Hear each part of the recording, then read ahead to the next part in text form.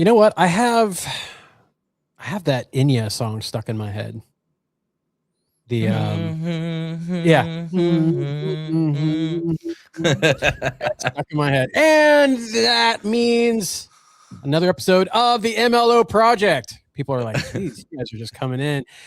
Guys, we want to keep this casual, conversational, fun, especially when I'm out of my head, sick, and we want to have some fun. And so I've been for some reason last night I was flipping around on YouTube Shorts, and they had like this mashup of Enya and the Dougie song or whatever, and doing the Dougie or whatever. It was actually, it's dope. Don't get me wrong, like it's freaking, it's good. So guys, check that out. It's the Dougie Enya mix. Go look for that. Go search for that. But anyway, it's stuck in my head. So as I'm like waiting for like the recording to come up, I'm like, Speaking of Dougie, how about your boy Brock Purdy hitting the Dougie in the end zone a few weeks ago? Huh?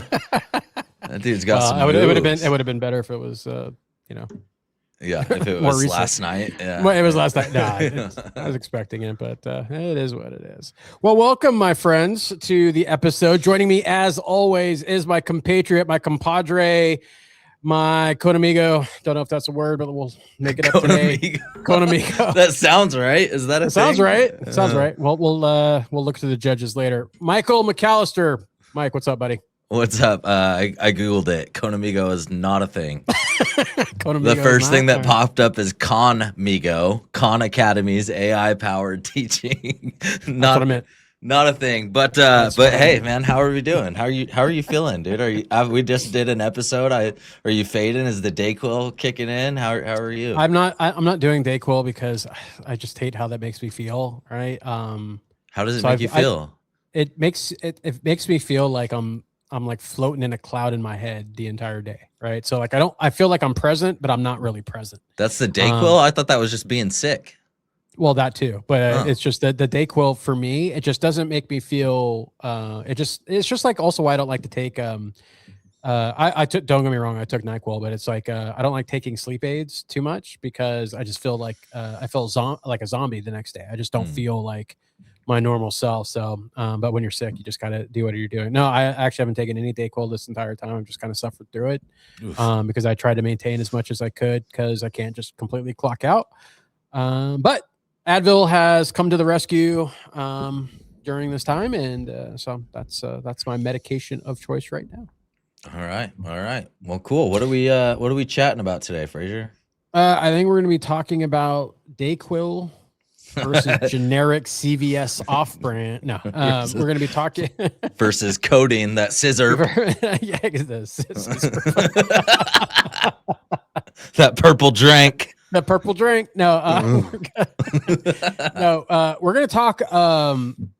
I've been seeing, and this happens at the beginning of every year because everyone's starting. Because of course, no one does it at the end of the year like they should. Everyone starts like, hey, instead of hitting the ground running in January, let's start planning now, right? Like, so let's think about where I want to start doing stuff now. I get a lot of questions about paid ads, right? And we've talked about this briefly, just in another context in a previous episodes before. But as we get into 2026, social media. Paying for social media ads because that's what people are like. Hey, can I run my own ads? Can I do this? I want to run, webinar ads, reverse mortgage ads, rate and term, refi, all this stuff. So, and most of the time, I would say 80% of the time, it's mostly like it's a social media ad question, and very rarely is it Google, right? So, I want to do social media versus Google, but the most importantly, Michael is someone who I would consider on the expert level of paid ads. I also want to get your take when people are looking at spend as they're going into this year, like what they're spending, because some people have good marketing budgets. I was talking to another guy, he's got like 30K. And so like he was asking me like, hey, where should I be throwing this money for? He wanted to do it for advertising. They hit a scratcher or what? Where'd he get 30K just to throw? It's part of like what he does in his business to have an allotted amount for marketing. And so, right. So, we were talking about paid ads and whatnot. So I want to use this episode as kind of like the primer is like, hey, if you're a loan officer, you're thinking about doing paid advertising in 2026, this is what you need to look at between, deciding between social media, Google, or a combination thereof. But more importantly, what's a reasonable expectation of what you should spend and when you should start seeing some activity, not closed loans, not apps, but just activity, whether that's a lead here and there, maybe an email, whatever. So Michael, you're the power player. You're the king bee, not the queen one, the king bee in this in this in this circumstance. So take it away, man. Like, what should loan officers be looking for when it comes to paid ads in 2026? Yeah, I mean, I think we've seen paid ads. I think we've seen paid ads. I don't want to say like peak in popularity, and then kind of like settle down, but that's kind of what I feel like. You're hoping I just did, and I'm going to say it. Yeah, that's kind of what's happened a little bit. Is like, well, explain that. What do you mean by peak? Like, go a little deeper in that. I've started to I started doing paid ads for my own business in 2016, and when I did that, there was so maybe it's peak in ROI. I don't know. So 2016 is when I started running paid ads for my business. I started doing Facebook ads the way that everybody was doing ads at the time. A lot of us were taking some of the same courses, and a lot of us were doing Facebook ads. A lot of people that like are still very active in the industry today were big on Facebook ads at the time. Back then, you could target on Facebook by like credit score and crazy income level. And bro, I was doing consumer direct back then. Are you kidding me? Likely to move and shit like that. Yeah. And you're getting Facebook, you're getting leads on Facebook for like, if you're targeting. Here, I'll start by saying this. I think that the absolute biggest waste of time that a loan officer could do with online marketing or with anything in their mortgage business is running home search ads on Facebook. I think that's the absolute biggest waste of time. It's not like biggest waste of money, maybe not, but biggest waste of time, 100%. Like you could get leads, name, email address, phone number, still today for as cheap as like $2 to $3 a lead. I still see people bragging about like getting leads for that cheap. I think that's the absolute biggest waste of time. There's zero intent for talking to you. They're like, people talk about sending those to their real estate agent partners. The type of real estate agent partners that you're going to attract that are okay with receiving those trash ass leads and like follow up with those trash ass leads, like are not the partners that you want. I think that's the biggest waste of time. So let's start there. All right, well, real quick. Is for those that don't understand what a home search ad is, can you? Yeah. So that is running an ad, which again, this was like the prevailing, like this is like the hot thing to do back in 2016 was to run ads where you're advertising either a specific home or a list of home, access to like an off-market list of homes or whatever, right? And then essentially what they were doing is like sending it to agents to put on their MLS search, right? So it was like not super, I mean, not super above board. And then also at the end of the day, the intent is just super freaking low. Like it's people, it's nothing that they can't get on Zillow. It's, it's just, it's garbage. They have no intent to talk to you. Everybody wants to buy a house at some point. So next to that would be like DPA ads on social media, I think are a giant waste of time and money as well. Anything that like where you're using interruption based marketing, meaning there's no intent. They didn't go there to find you. Anything where you're using interruption based and then pairing that with a non-existent barrier to entry. So like telling somebody like low FICO ads on Facebook, another one, like, no minimum FICO. Like, dude, if you want to do nothing but sort through and try and find the lowest FICO you've ever seen, like, then great. That's a great strategy, but otherwise complete waste of time and money. But I have seen people do Facebook ads right lately, and we'll get to that in a minute. So back in 2016, I was running these ads the same way everybody else was. I figured out really quickly, luckily, like, I mean, by the grace of God, however you want to say this, I, in my previous life, was doing internet car sales. Basically, I was at a car dealership down at 2 different car dealerships that I worked at down in San Diego, and I worked in the internet department. So I just worked with an insane high volume of internet leads, getting them in the door, managing the sales process end to end, not like business development, but like full blown end-to-end car sales originating from internet leads. And at one of the places that I worked, we had a ridiculous budget and a ridiculous like pool of leads. So I got to know pretty quickly which sources were good lead sources, what made a good lead source. And what it always boiled down to me was intent. Was like, did this person think that they were going to be talking to somebody? Did this person like reach out about a specific car, or about a trade-in on, about a specific trade-in, or were they responding to an ad that said that they could get, $200 gift cards if they come and test drive this car or whatever, right? Yeah. And so I recognized that really quickly when I was doing this in the mortgage industry. Was like, okay, these are like the shitty leads, right? These these leads that I'm generating on Facebook, these are like the shitty leads. And so I ended up moving over to Google. Again, just something else to try, and figured out that intent made all the difference in the world. Like when somebody was going online and searching, how much house can I qualify for, or how much down payment do I need, or what credit score do I need to qualify for this type of loan, that although we still got plenty of people that couldn't qualify, we got a lot more people. I got a lot more people that could actually qualify, because these are people that know enough, like have heard enough, and have built up this level of intent that's like, okay, hey, I think I might be ready, or I might be a couple months out, or whatever. And so that intent made all the difference in the world. Okay. So back then, I was generating Google search leads for $7 to $10 a lead, like clockwork. And we did that for a few years. I mean, I would say I'm looking at our numbers. If let's look at like 2022.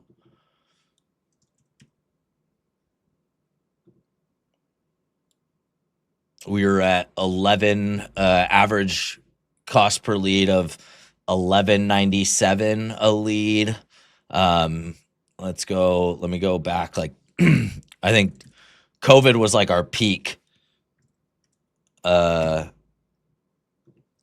like the lowest we've ever seen lead costs account wide. We were averaging like $5 or $6 a lead for Google search leads.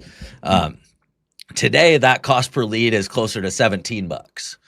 Now, mind you, we've been able to do a couple things that we weren't able to do back then. Like right now, we are able to optimize based on lead quality. So we're able to like score leads and identify the best leads based on credit score, based on income, based on, those things that we can't target on Facebook anymore.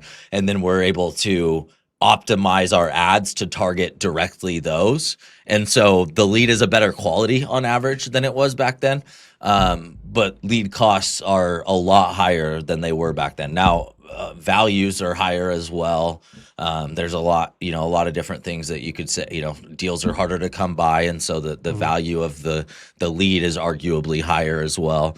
But what that does is it opens the door for our clients, especially our clients that have been around since back then. It opens the door for us to talk about other lead sources. And so social has come up again more and more. And what I will say about social, and where I think social makes a lot of sense, is up to this point, I've been talking about a simple like transactional lead buy, meaning I put money in and I have a certain expectation of number of leads to get out of it, and I'm willing to like churn and burn and hit the phones and follow the scripting and follow the process to get as many closed deals as I can out of those leads as possible. And that's still what we help clients with to this day on Google. And I think that that's a legitimate business channel for a lot of loan officers. I think that it's a great option for a lot of loan officers today.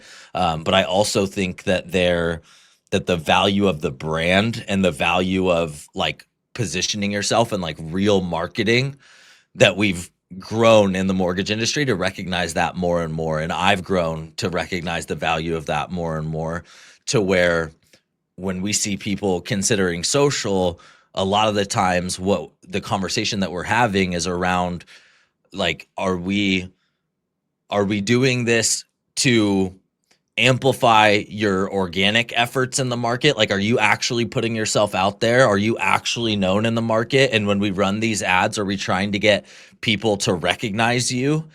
Or are you looking for that transactional, like, do you have no brand value in the market and nobody knows who you are and you're just trying to get closed loans? If the answer is that, then I'm still recommending Google. I still think that's the best path, because your ads on Facebook, you're not going to get leads much cheaper than $17 a lead, even if you're running them on Facebook right now, if you're running ads that like are actually worth running. But we have a lot more clients these days that have a crazy powerful organic presence, both in their market physically and on social media, to where it makes sense to run ads to the people that are engaging with them or people that have seen their stuff or whatever, because those guys end up having even better intent than the people that were searching on Google. Like, those people are pre-sold on that individual. You know, an example of this, Braden at Fulcrum. You know, Braden has put so much effort into his Amplify community and his, this is Braden Shaw at Fulcrum. You can look up Braden Shaw on Instagram. He's got like 1.4 million followers. He's put such an effort into building an organic following and a community, that running ads on Facebook is like capitalizing on all of that effort that he's put in. And it makes no sense to like hide his face on those ads. It makes no sense to like try and do a transactional lead buy where I just get the lead at as low a cost as possible, because what he's doing is he's collecting his rewards that he's been putting in by way of just going after those people that he's already like built a relationship with. He's just like skimming off the top kind of, and really capitalizing on all the effort that he's put in. And so I think that's ultimately the number one question when we start analyzing whether or not paid search or social makes sense. The one area where we tell people like, okay, you need to be on social is if they have that organic brand and that organic presence. And we want to capitalize on that. Otherwise, if they're just looking to get leads for as cheap as get closed loans for as cheap as possible, and build their pipeline, then we still are directing people towards search. I'm sorry, what were you saying? That was a lot. That was a lot. Huh? Jesus, man. You guys didn't think Michael talked. He talks, man. Michael is a talker. Now, there's a lot of important nuances and stuff. And obviously Michael can talk about this from a different level, just because not only from doing it for his own business as an originator, but doing it, now, and then helping other originators do it. But, the key things that I want you all to take away, I mean, everything Michael said was right on, but the two things that are the most important is really understanding the difference between interruption and intent, right? All social media with the loan accept, and I'm not, so I'm gonna put for the case, or in this context, I'm gonna use YouTube as a social media channel, right? Because I know it tends to get lumped in there. You could say it isn't, doesn't really matter, but the point is just lump it in there for for this conversation. Is that with the exception of a TikTok and a YouTube, right? I would go in a very and loosely maybe Instagram Reels, right? That little ecosystem. Other than that, those are the only two social media channels that have intent. YouTube and TikTok, because TikTok is starting to become where people are looking for how to do recipes, how to do certain cook things and whatever. My wife is on all the time, and none of it's like entertaining shit. It's just all like, how do you do something, right? That's like the content that's really sucking her in on TikTok, just like it would be on YouTube. And so and I think hopefully you guys understood what Michael was saying, is that like, if you go in somewhere, right? If you go into Best Buy, right? And then there's an ad for bath towels, right? Or like a step and repeat, at the middle of Best Buy for like silk bath towels. Now you may want to buy new bath towels at some point, right? But like, what are the chances of that being like, oh, that's like my definite like conversion moment, right? Because I'm in Best Buy doing what? I'm looking at, I don't even know what you're in Best Buy anyway, just buy it on Amazon. But if you are in Best Buy, right, you're looking at washers, refrigerators, TVs, maybe, because you want to look at what the picture looks like. Maybe you're buying some video games, all the different, computer, whatever. You're in Best Buy in that mode, and then you see something that has nothing to do with where your mind is at. And that's what people are doing when they're on social media, right? They're passing the time. It's very passive. They're not sitting there like, oh my God, Jesus, silk bath towels. Please hit me with one of those ads, right? It's not going to happen. Same goes with mortgage. So, but on the flip side is with intent, like, how do I buy a home in Atlanta, Georgia with less than stellar credit? And then you're serving them up the exact answer to what they're looking for. That's intent, right? And so what happens? It's the common sense that you're just going to get a more a higher probably qualified, but also just a higher intent of someone that's probably going to call you back, someone that's going to wait and whatnot. And we see this, and here's a dynamic that I don't hear anybody talking about this. I have, and Michael, you correct me if I'm wrong, if you've heard someone talk about this, but when it comes to these two channels, and I'm talking about intent and, an interruption, I never hear anyone talk about what I'm about to say right now. Is that you guys have all probably heard the speed to lead, speed to contact, internet leads, you got to work them differently or whatnot. Here's the difference between interruption and intent, right? So when an interruption, meaning Facebook, lead, whatever, that because they were presently not anywhere near your world until they saw your ad or whatever, and great, you got their attention, you want them to take the next step or whatever. But here's your thing, because it was a attention somewhere else, grab my attention, suck me in, you better be on top of that conversation, because that thought that they have it appear of you, and that is fleeting. Fleeting. So that speed to lead, whatever, but with intent. And like, I've mentioned him before, but like Jeff Trevor, then one of our, our coaching members and stuff, like he has people that book out 2.5 weeks and wait to talk to him. Yeah. That is the biggest difference between interruption communication and transactional process compared to intent. Yeah. That is the biggest thing. I don't hear anyone ever talking about that. I think probably because like maybe Michael and I would almost like assume that it's just kind of like it's implied and assumed that's like what it is, right? But again, we operate at a different level from that side. But I don't know if people even think about it in that term and realize that that's the real difference, other than the quality, other than the qualification and all those other things. They're going to wait, right? They're going to trust a little bit more. They're going to be easier. In fact, Michael and I were having a conversation online about a different topic, but the same thing. When there was awareness and a path, right, to the actual conversation, those convert a lot easier than they do when it's just a cold, no awareness, no trust, no you like, you trust you, right? When there's none of that.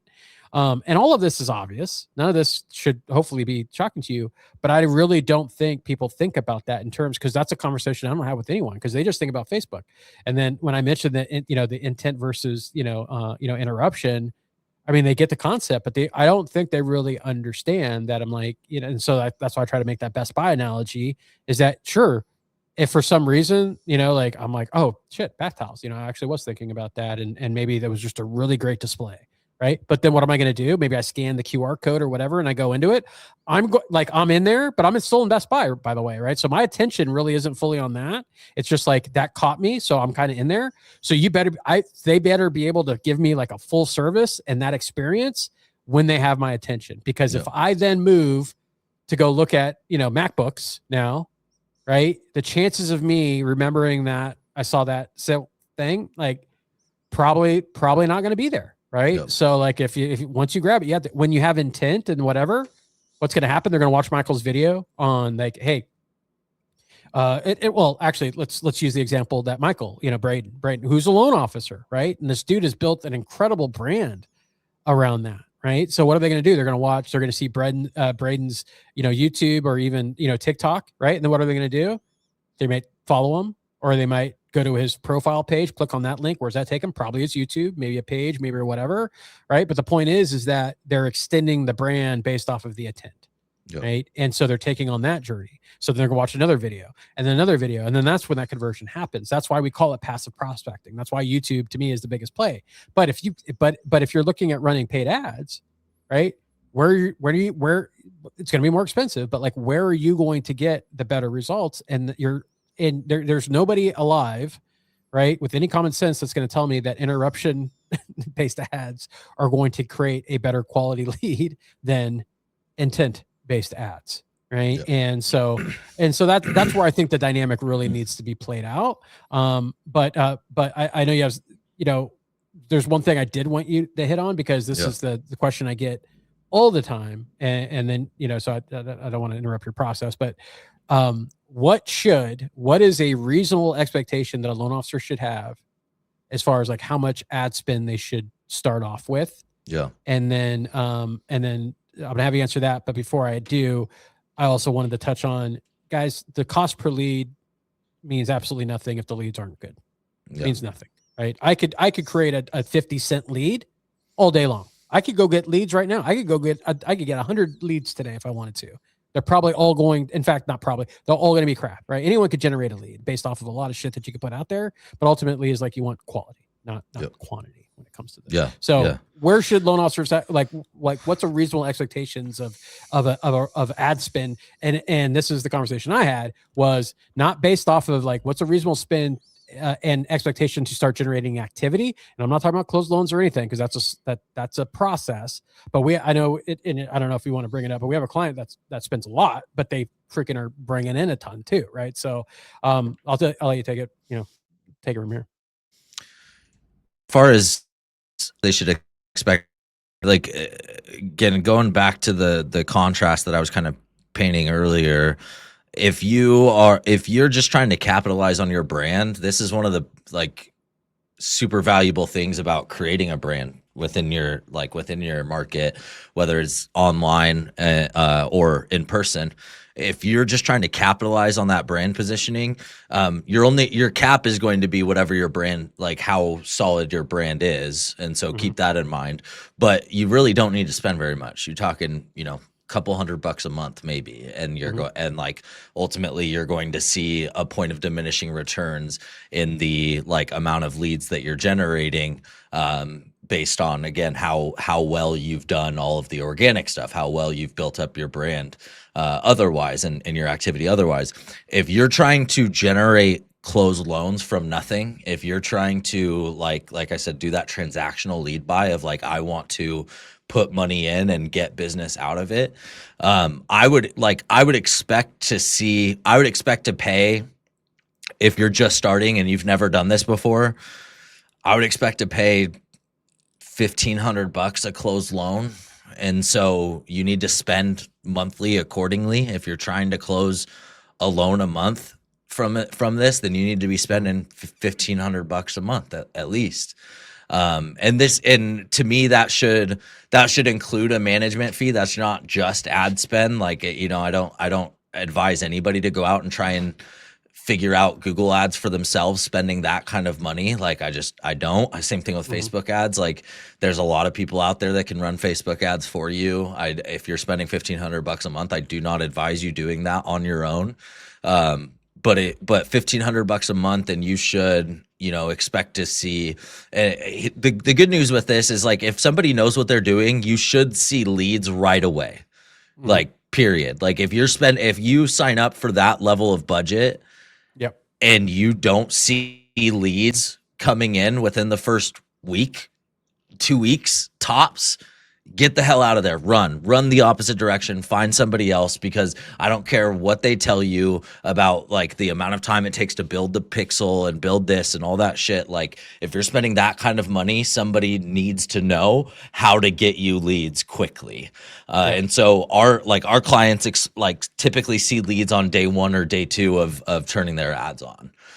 Because we're putting in the campaigns that we know are going to generate stuff right out of the gates. Like we do this with enough different clients that we know what's going to perform. And so and then as far as like the other activity beyond that, right, then you should see about a 40 to, like, you need to be running an automated follow-up campaign, because in order to get that 15, you know, if you're spending $1,500 on leads in a month, then you should be seeing 50 to 75 leads come in a month. At a minimum. You need to have an automated follow-up in place at that level. If you're generating that many leads, you need to be making sure that those leads are getting followed up with instantly via email, even if it's after hours, and then within business hours, getting text message, you know, maybe even a ringless voicemail or like a pre-recorded video or something like that. You need to have a cadence going out that'll follow up with them until they respond. And then you jump in at the point of that response coming in. And so again, 50 to 75 leads, like, you need to have that in place in order to be effective. And so your response rate, you shouldn't see any lower than like 35 to 40%. Ideally, you see it closer to like 40 to 50% response rate. Now, not all of those responses are going to be great responses. Some of those responses are going to be, sorry, you have the wrong number. You know, and that's just the reality of it. But you should see at least 25% of the leads that respond with like, yes, I did intend to inquire. Yes, you do have the right contact info, and like be willing to move the conversation forward with you. And so I bring up those numbers because you should see that in month one. So if you generate 50 to 75 leads in month one, you should see at least, you know, 20, you should see at least 15 to 20 like quality engagements. That doesn't mean that they qualify. That doesn't mean that they're like, you know, again, you have to think about this. If I'm saying one closed loan out of 50 to 75 leads, like, that means the filtration has to happen somewhere. And so I'm telling you where the filtration is going to take place. Like, some of them are not going to respond ever. Some of them are going to respond and say you have the wrong number, or they don't want to talk to you. Those that respond, some of them are going to say like, hey, I've got no money down and I'm on Social Security at $800 a month. Like, it's going to happen. And then you get, you know, maybe 5 of those that are worth taking, 5 to 10 of those that are worth taking an application on. And that's where you get your one deal. And again, you like, that filtration takes place all the way down the line. And so once you're like rocking and rolling, you should expect to be able to drive that cost per closed loan down closer to $1,000 to $1,200. And, you know, depending on like your lead source, if you're, you know, that there's some other factors with that, but you should be able to drive that cost per closed loan down to closer to $1,000 per closed loan. But the point is like, you need to spend accordingly. I wouldn't go into this expecting to spend less than $1,500 a month if your goal is to like get transactions. If you're expecting some sort of like ROI within the first 6 months, you have to spend enough to get that going. There is like a break point where if you only spend $500 a month for 6 months, you might not get a closed deal, because there's like there's a momentum component of it. There's, you know, your time, energy, and attention. You know, if you're only getting a lead every other day, like, you're probably not following up with them very quickly. You're probably not using an automated follow-up system. You're probably screwing up somewhere. And so we usually tell people like, don't bother if you're not willing to spend $1,500 a month or so. It's just not like, there's just other ways to spend your time and money that are more likely to fill your pipeline if you don't have that kind of budget. And then be ready to spend that money for 4 months before you see, you know, your first deal that hopefully pays for all of it. Yeah. And before we wrap, you know, one thing that I just want to say is that you know, can anyone do this themselves? Could they run their ads without? Oh, absolutely, right? But do you really want to spend the time? And because I was just talking to another person, and they're like, yeah, I'm gonna run some ads. I'm like, eat them all, and you're gonna eat them all. You know how to do like A/B testing, you know, checking out the visuals and this and that, and landing, you know, all that other stuff. And they're like, what are you talking about? You know, like they were just like, oh, I'm just gonna pay and run an ad, you know, and see how it goes. Right. No other you know, like, so like, can you do that? Sure. But ultimately it comes down to like, when Michael's talking about at Empower, obviously we have a large data set and historic data to look at. Right. And so when you take on that, and then real-time results, right? So we know what campaigns, what thing, you know, we understand what's going to work and what's not. You don't have that ability when you're a solopreneur trying to run ads, right? Like, because you don't have any basis of like data to say, oh, try this, try not, whatever. You have nothing to go against. So you're going to have trial and error. And, you know, whether you like Hormozi or not, or agree with him, disagree with him, or, you know, think he's a, you know, whatever. The point is something that he talks about is that like, it's that veil of ignorance, right? Like you don't know what you don't know. And what's the most valuable part of your time is either trying to figure all that stuff out or paying and buying that knowledge in form of someone else that's doing it. Right. Ed Milet talks about this stuff. Andy Frisell talks about that. Some things you do, some things you don't. This is one of those things. And I've gone it. I did it. That Consumer Direct is where I started. Right. So I would not recommend a loan officer that's never done any of this stuff ever to then all of a sudden start to figure out like, how do I run my own ads? Right. Because unless you have the time and you're like, you want to spend it, and maybe you're like, hey, no, I've done this stuff before. And I just, you know, it's something you enjoy doing too. And you're willing to do all that stuff. Great. But you'll spend far less time and money by employing someone that's done this before with success. Yep. Amen. Take us home. Hey, that's it. Oh, take us home. Oh man, you just put me on the spot like that. I'm putting you on the spot. Wrap us up. Let's go.